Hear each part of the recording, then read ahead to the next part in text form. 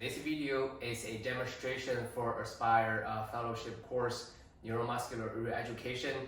Tonight I'll perform a lumbar manipulation technique, follow up with a neuromuscular re-education.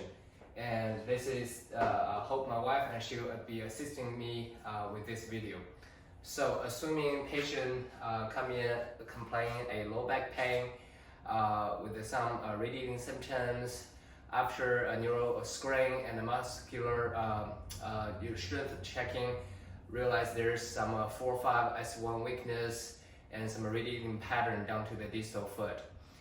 So from that point on, assuming there could be potential lower lumbar pathology, I'm gonna go to check the active range of motion, passive range of motion, and unfeel. In standing position and going to silent position, check on the segmental joint glide. So I'll have patient standing on the ground, turn away. From here, we'll be checking on patient's lumbar spine. So a couple motions we'll go look into is grossly, if patient bend forward all the way, can she go into that full flexion without pain and come back, and patient will lean backwards, checking the extension. I want to check the curvature, see if there's any restrictions, and patient will stand up. We'll do left side bending and monitor the curvature here, see if that's a nice curve instead of a straight line, and go to the other side and see if there are any restrictions, and you can add over pressure on that as well. And patient will come up, we'll do a rotation, adding a range over pressure, and go to the other way and monitor to see if there is a reversed S curve. Okay, so assuming patient has a limited side bending to the left, extension, and the rotation and curvature was also restricted, I want to check on that left side lower lumbar spine segment to see in the non-weight bearing position if the patient truly have a hypermobile joint or with a muscular issue where the hypertonic tonicity is locking up a unstable joint. So I will have patient lay on her right side. From here, I can check patient's segmental glide, lumbar segment glide in a more neutral position here. So neutral from below, neutral from above. I can check from S1 all the way to TL junction and just feel that unfeel.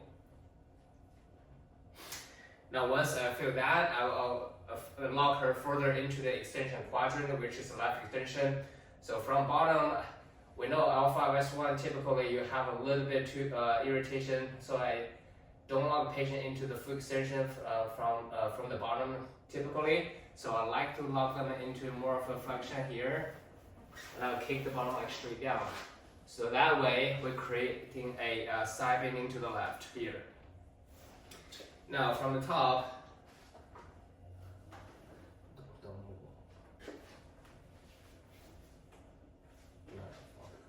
this arm. We'll take patient into extension all the way to 4-5 here.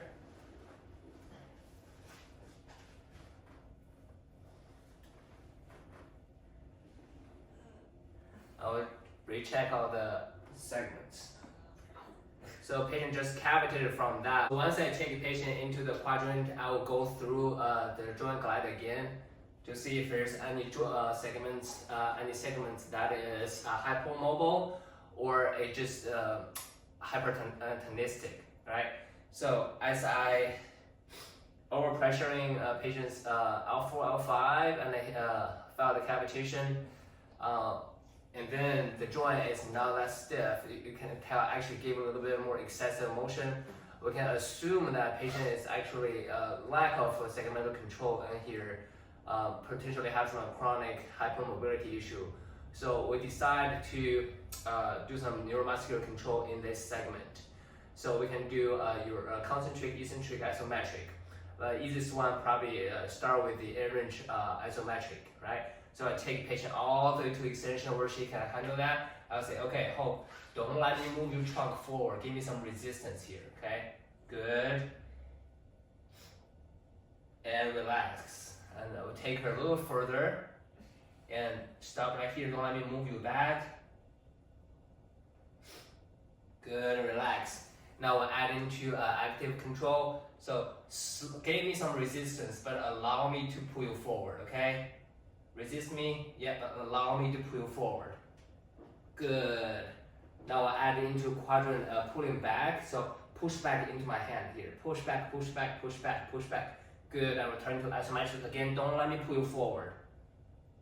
Now slow reversal. Slowly let me push you forward. Now patient concentrate, push back, push back, push back, push back. Good, and relax. So there we finished the segmental neuromuscular reeducation specifically for left extension quadrant. Now homework, obviously you can't do this for the patient. You can simply providing bend exercise such as holding the band in the front and rotating down, or if the patient does not have band, we can simply tell the patient to stand up and reach behind and try to go into the left extension quadrant in the weight bearing position.